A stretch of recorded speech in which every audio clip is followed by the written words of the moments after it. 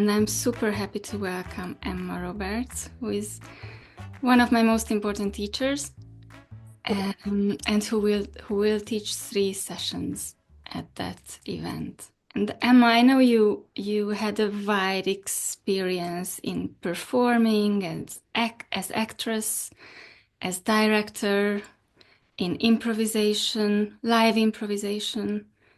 You are a 5 rhythms teacher, an interfaith minister, movement and dance therapist.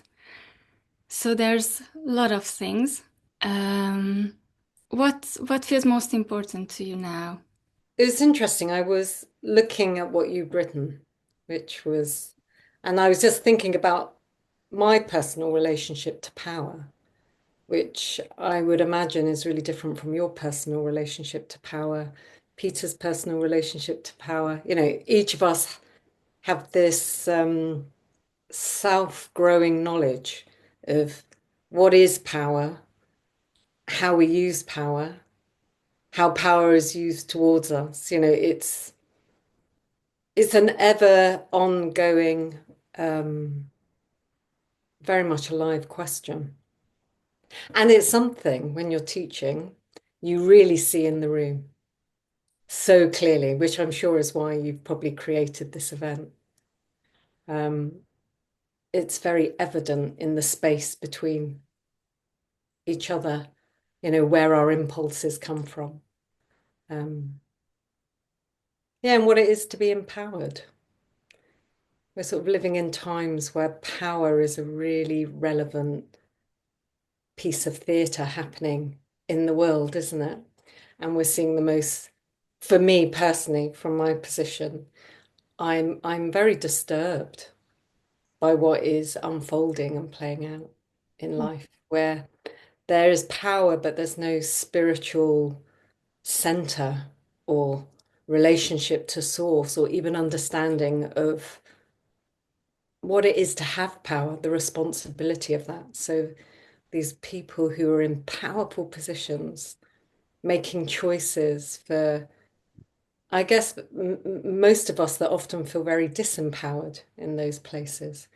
So where do we put power back in ourselves when these very polarized, extreme things are playing out in our current times? I don't know how that is for you, but I was just tapping in this morning a little bit, just watching Elon Musk and Donald Trump. And part of me is going, wow, is this really happening? Is this really happening? And where are we going along with this? Like what if we're not making people goodies and baddies and perpetuating the polarization, like how is this manifested? So where can I come into some place of self-empowerment around things where I look at that and I just go, wow, this is scary. It's scary. But I don't want to shut down. I don't want to feel like I'm not a participant in life, trying to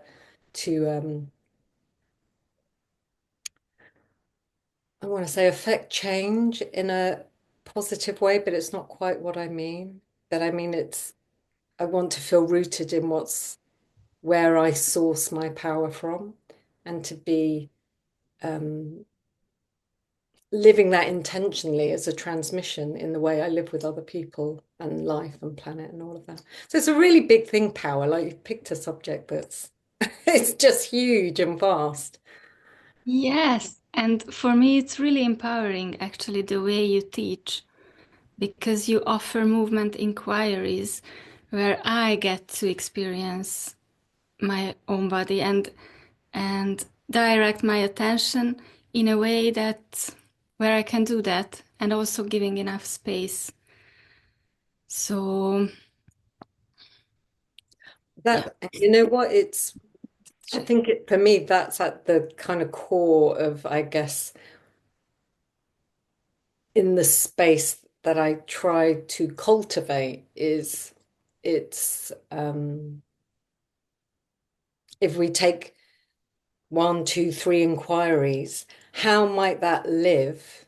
If we really, really drop into it, how might that live inside each and every person in the room, and what is really unique and what is really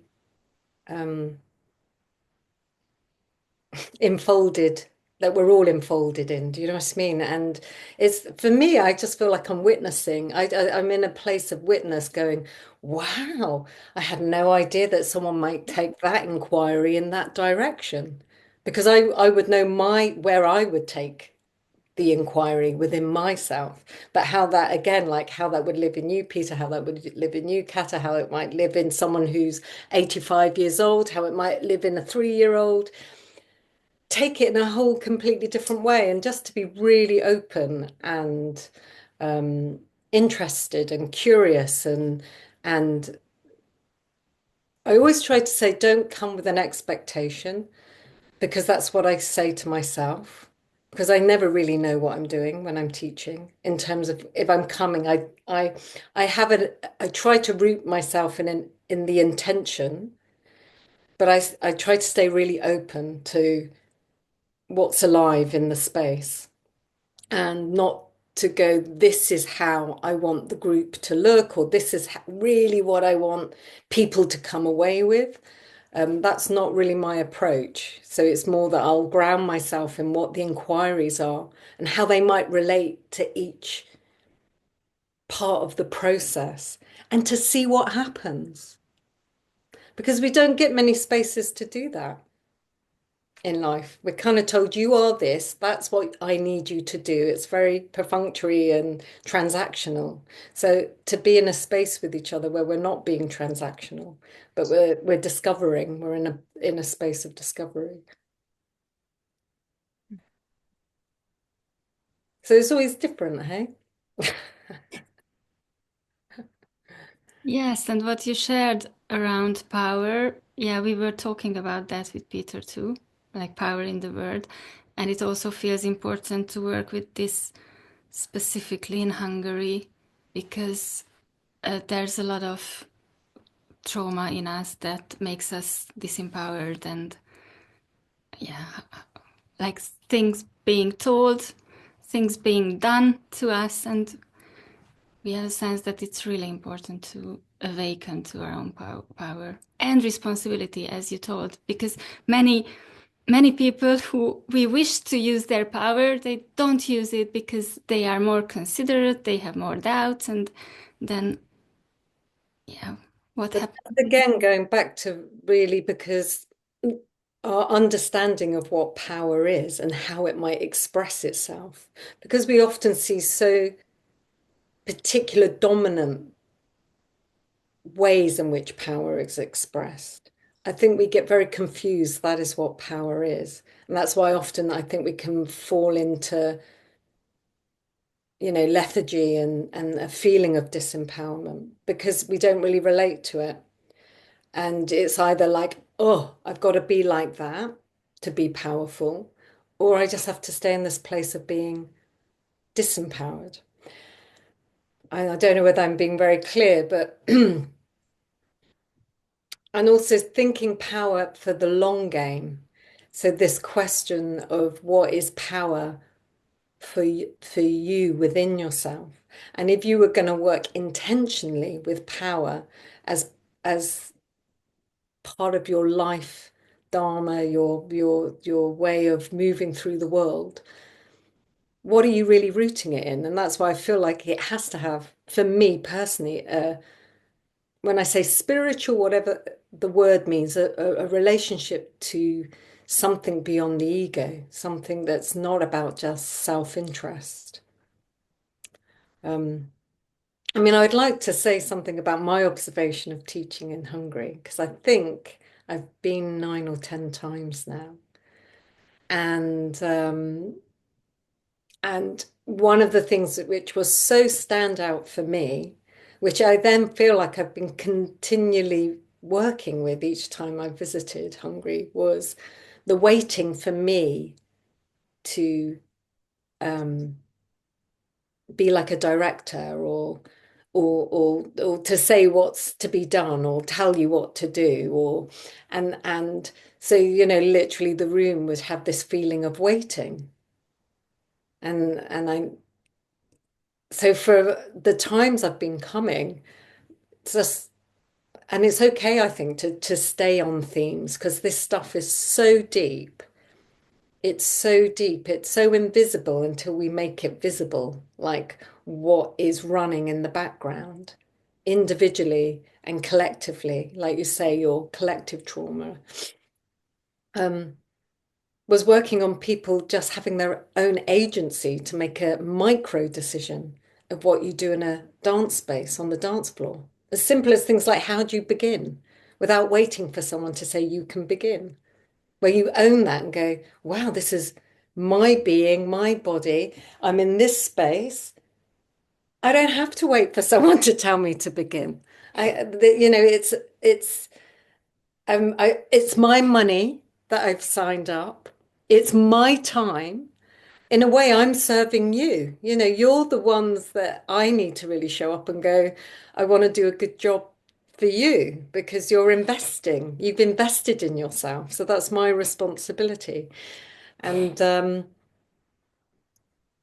sowing that seed to go, you're allowed to have and follow those impulses. But it's work though, it's time because those impulses can be really frozen, really lost. We can't feel our natural kind of um, movement in life, just our natural movement in life. You see anything, I think animals, children, plants, humans, anything in its environment in where it can behave naturally, it's very connected to the flow of a live impulse. It's not suppressed, it's not traumatized, it's not highly conditioned, and where it doesn't know how to live within its environment. How do you see group work and body-oriented group work in this field? Because for me, it means a big difference talking about power and who has power, Mm. in opposed to moving in a space, being in my body, and actually not looking for the opportunity to have power over anybody else, just looking for the opportunity to be there and have my agency of actions. Mm. And as we do it in a group, um, open sentence. What is your opinion? I mean, I know you do a lot of group, and that's a special framework. It is, and I think it's a special framework because it brings in the lens of being able to meet what our patterns are. That's, I think, just the thing of what a group, how it really serves each other. And so sorry, I'm just going to pick on one of the sentences you said, like you said power over. And I'm trying to think if there's other versions of that power over, but also I want to say manipulation, but it's a strong word. I mean, like when our habits are so deeply ingrained that we have a way that we want to influence those around us, if that makes sense. So we see that in when there's predatory behavior on the dance floor. We see that when someone wants to take all the space and be in the center, there's different ways it can manifest, but in a way, it's telling us or it's showing us really what it is to be a human being. It's showing all our relational habits and biases and unconscious habits that we say is normal. You often say to someone, if you confront that edge around maybe something that gets played out in a space, and I say, but that's who I am. And I would challenge that and say, that's what you've learned to be. It's nothing to do with who you are, because who you are is really fluid. It's really creative. It's really evolving, and that's what growth is. We evolve, we change. And once we say, I am this, something's fixed. So so I don't know whether I'm answering your question, but why the group field is so rich is because hopefully you create a safe enough container, not to be in judgment about this stuff, but to get, again, really curious about it and go, well, what if I wasn't that? Let's explore some other possibilities. And the other thing I pick up on you said about our center, I think the for me, again, this is just for me, when we're living in our center and we really begin to kind of stay in the curiosity and the aliveness of what is, we're meeting in that, because we meet different things in that all the time. um, what do I say? That hunger to want to change another rather than respecting the center of someone else. So there's almost like, it's that third space that often is spoken about in relationship, or the space between things is that is the really potent space. Because if you're in your center and you're absolutely honoring and listening and in the aliveness of that, I'm in my center, I'm in that. And we come into the curiosity of this third space and we just stay open to it. We're living in that unknown place, and things just unfold in ways that if you're trying to influence something, you have your pattern, pretty much you know what the outcome's going to be. Do you know what I mean? Because a habit is deep. If you're able to create the space that we don't know, that in-between space, you're in your center, I'm in my center. We're just in the aliveness of what's going to unfold. And I think that's why, it takes time to get to that space. But when that space happens, and you often, I don't know, you probably both of you seen this when you're teaching, when that happens, because it takes time. It's like a cooking pot to get to that place. And so I'm getting goosebumps just talking about it. I feel like I'm in home or something. I can't describe, but it's like a field of sensitivity and awareness and aliveness is suddenly available to the parts within the whole of that. And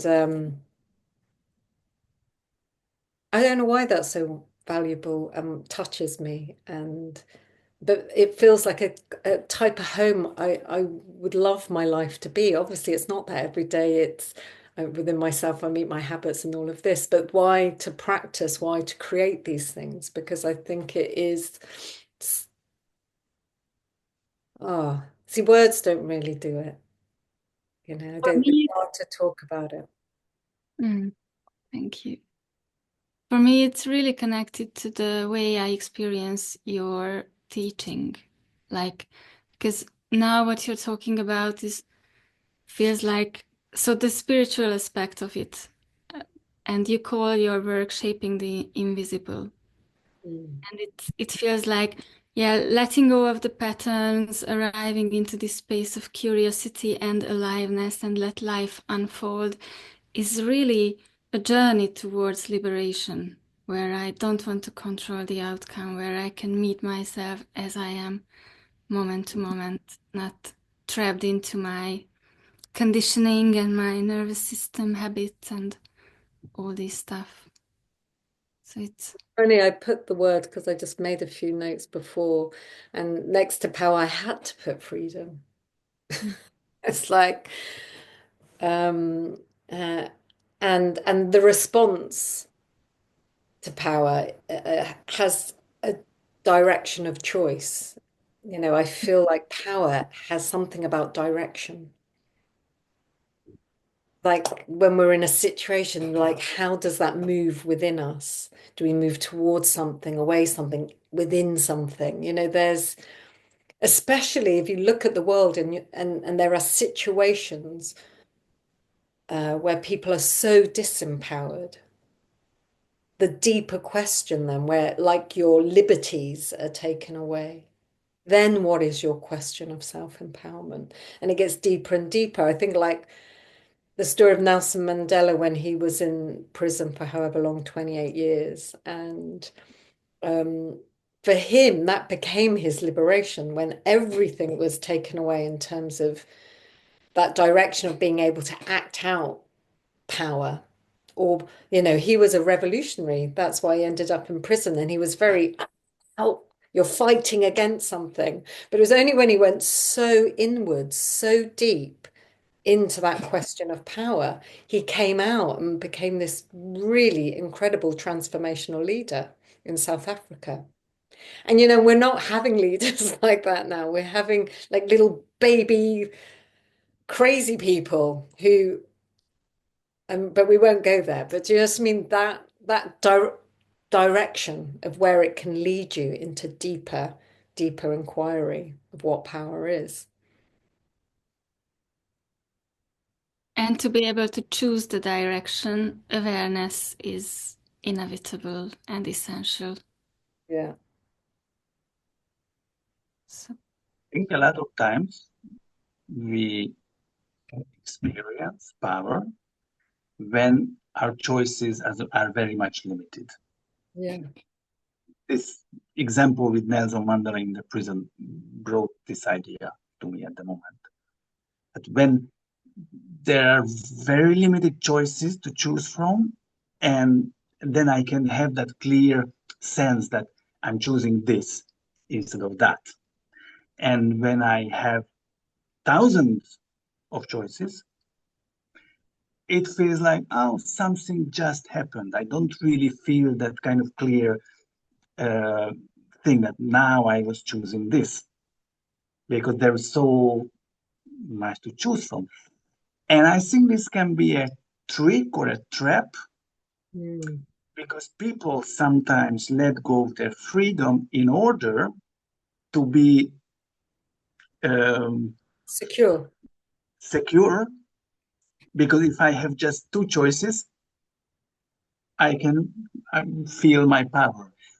If I have 1,000 choices, I don't feel my power. So I choose to be constricted, to be put in a box.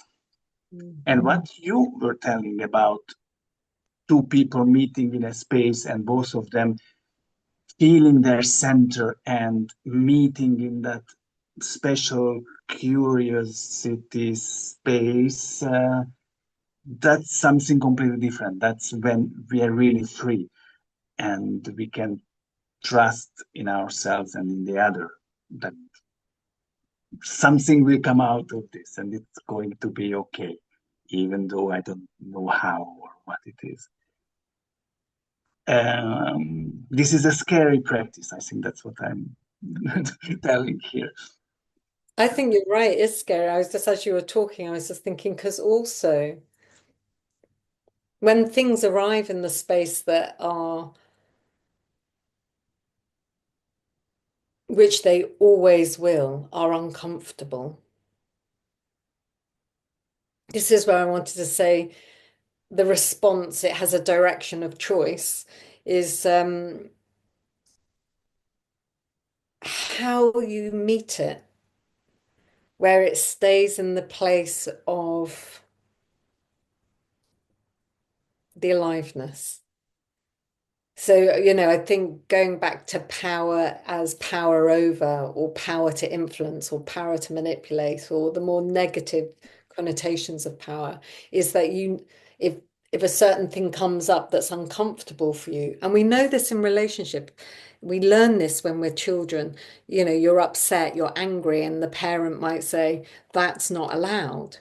So that the parent will say, if you do that, you won't have this, or you'll get smacked, or you get you won't receive our love.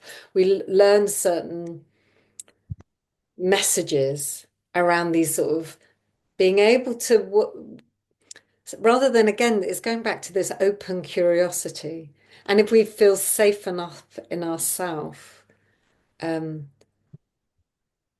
this responsiveness might do something we've never done before. I think that's how the paradigm of patterns change, because it's open enough not for the habit not to be so stuck, so shaped, so formed that and I saw that you'd written down on the web page for the event, stand my ground, go with the flow. What was the third one?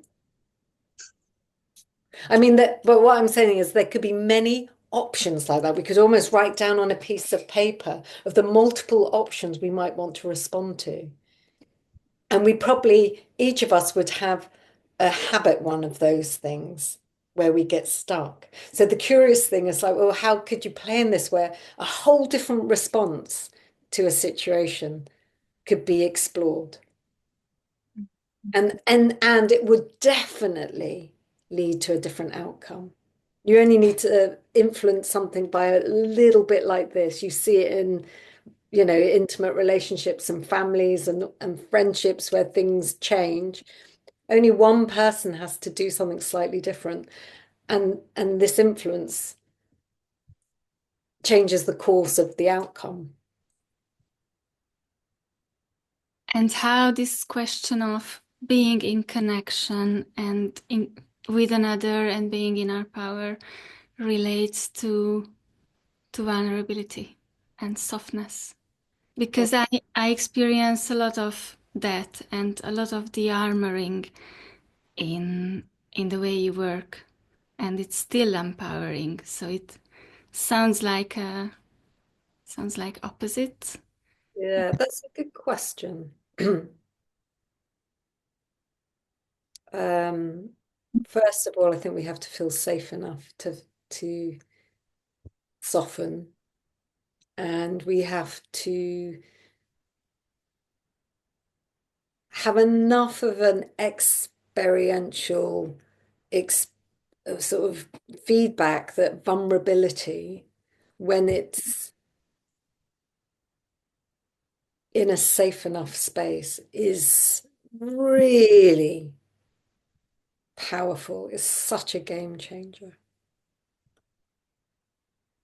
Because if you're vulnerable, it's not really about the other person. You're not trying to do anything outside of yourself. It's much more about revealing and opening to actually what is, and not being in the protection, not being in the veneer of yourself, but letting that be out and let it be known, let it be seen, let it be received, let it have space, let it have a way to come through. But going back to the group thing, I think it does take time. I mean, I work a lot with de-armoring and softening, but it really takes time. And it takes a practice. I mean, first of all, it takes to know that we are even armored.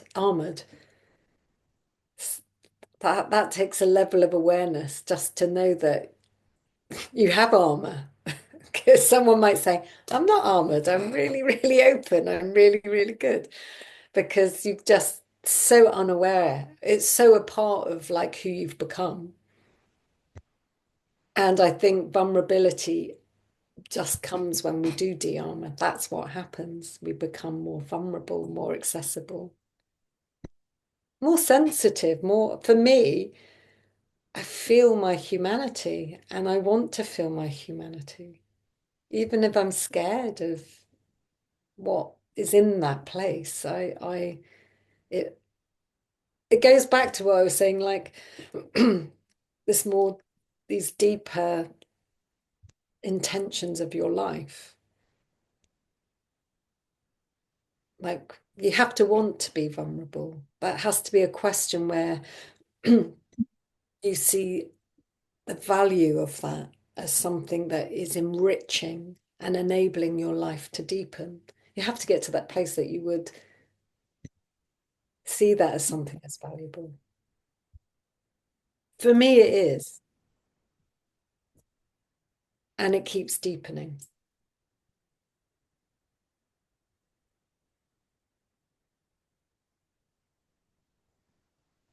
I have no idea if I've made any sense at all.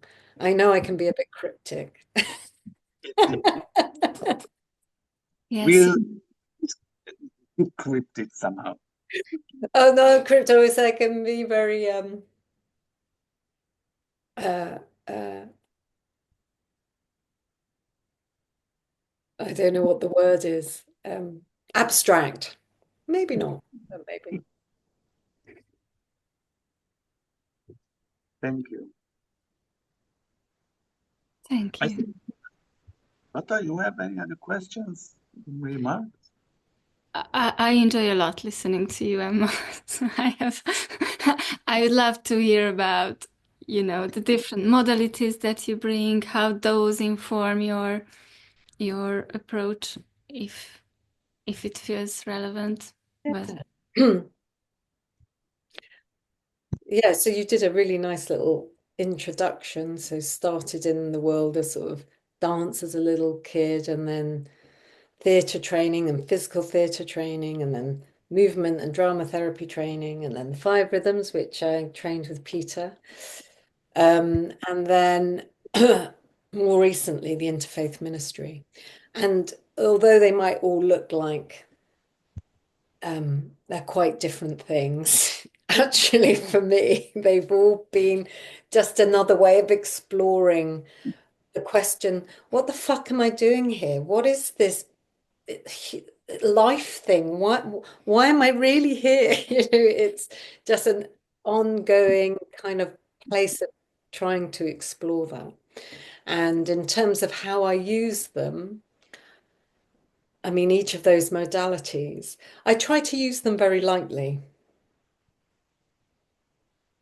As in, if I think that particular tool is useful for that moment, I'll bring that tool in. If so I try not to be too heavy-handed.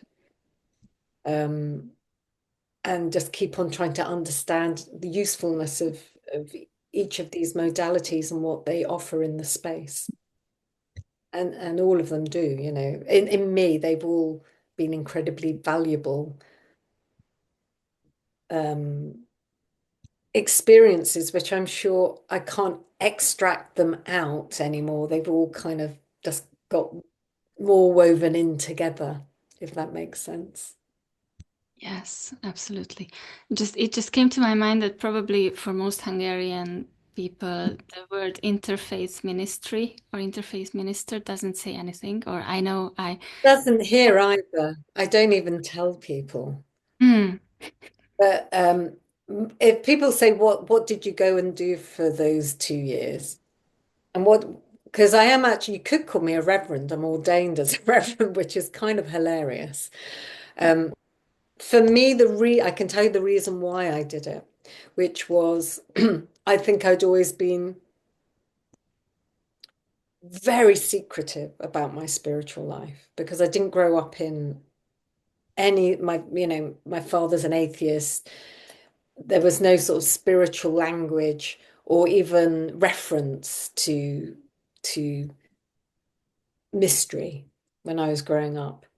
But I felt very connected to a sense of mystery since I can always remember. I've always been asking really big questions, and never really found a home, a definite home in a particular faith path. The nearest would probably be Buddhism or the shamanic practices. But still, I didn't feel like, oh, I'm going to be a Buddhist. Oh, I'm going to just follow shamanism. Because I think I was interested in those universal, really deep questions of why am I having this experience as a human being? Really, what am I here to kind of evolve and grow in? And into faith or into spiritual ministry, I guess it's it goes back to maybe this thing of finding your own personal relationship to spirit and respecting everybody's position. But just to maybe bring that dimension into life, and I guess entering more into the second half of my life, it just feels more, I feel more confident to speak about it. I always felt very shy. I never would speak to anyone because it was so important to me. I couldn't have anyone shit on it or kind of, and also I couldn't really articulate it, if I'm really honest. And that's why movement, dance, arts, theatre, poetry, music, all of these things I loved because it was saying so much about the mystery. And, you know, be in awe of when people would create in whatever way they did. I'm going, where's that coming from? How did that person make that amazing piece of music? Where did the notes come from? You know, these questions when people, just all of that. So it's into faith, into spiritual. It's a bit like the space between again. That is uniting what might look like very different things, but like how does one bring those individual expression into a sense that it's whole, we all belong to it in our own way, and to empower people to trust their relationship to source. And not to feel like someone says, you're wrong to have that relationship. I have the answer, and this is the answer to which we see again with religion. This is the way, rather than saying it's my way. It's my way. And what's your way? So that's kind of what took me there. Thank you, Emma. It does make sense, and it connects back to the empowerment, actually. And listening to you, the phrase came to my mind that creating art from our lives, like bringing everything together and live from that space. Thank you so much. We're really looking forward to having you here again. And just to say, I've looked at the whole how you've created the program, and so beautifully done. So beautifully done. I really hope people jump in because I would, you know, it looks, and every person who's participating, just great, beautiful, beautiful. Like it is a bit interfaith. That would be an example of interfaith, many ways. How beautiful to explore this really relevant question.